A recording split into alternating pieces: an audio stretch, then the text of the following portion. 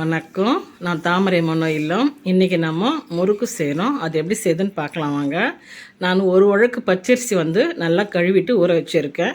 இது ஒரு 4 மணி நேரம் ஊற வச்சுட்டு நம்ம கிரைண்டரில் போட்டு நைஸாக அரைச்சிக்குவோம். அதுக்கு நம்ம 1 டம்ளர் உடச்ச கடலை நல்லா பொடி பண்ணிக்கலாம். மிக்சியில் போட்டு பொடி பண்ணி நம்ம இந்த மாவா கூட போட்டுக்கலாம்.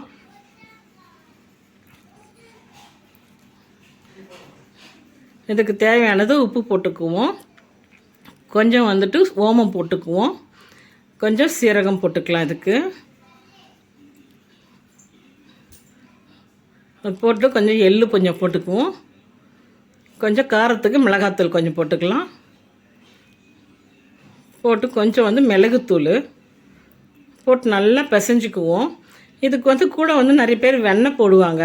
வெண்ணெய் போடணுன்ற அவசியமே இல்லை. நல்லா கொதிக்கிற எண்ணெய் ஒரு கரண்டி மொண்டு ஊற்றினாலே போதும். போட்டு நல்லா பிசைஞ்சிட்டு நம்ம ஒரு கொஞ்ச நேரம் ஊற விட்டுருவோம். ஏன்னா இந்த உடச்சக்கடலை மாவு போட்டிருக்கிறதுனால கொஞ்சம் ஊறினதுக்கப்புறம் நம்ம போட்டுக்குவோம். முறுக்குழாய் எடுத்து நம்ம பிழிஞ்சிக்கலாம். முறுக்கு பிழிஞ்சிக்கணும்னா நம்ம கொஞ்சமாக செய்யும்போது இந்த மாதிரி வீட்டுங்களில் போட்டு கிரைண்டரில் போட்டு செஞ்சுக்கலாம். நிறையனா நம்ம மிஷினில் கொடுத்து அரைச்சிட்டு செய்யலாம். இந்த மாதிரி கொஞ்சம் கொஞ்சம் செஞ்சாலும் 1 வாரம் 10 நாள் வச்சு செய்யலாம். நம்ம சாப்பிட்றதுக்கு நல்லாயிருக்கும். இந்த வீடியோ பிடிச்சிருந்ததுன்னா லைக் பண்ணுங்க, ஷேர் பண்ணுங்க, சப்ஸ்கிரைப் பண்ணுங்க. நிறைய பேர் சப்ஸ்கிரைப் பண்ணாமலே இருக்கீங்க. கொஞ்சம் பண்ணிங்கன்னா எங்களுக்கும் ரொம்ப சந்தோஷமாக இருக்கும். தேங்க்யூ.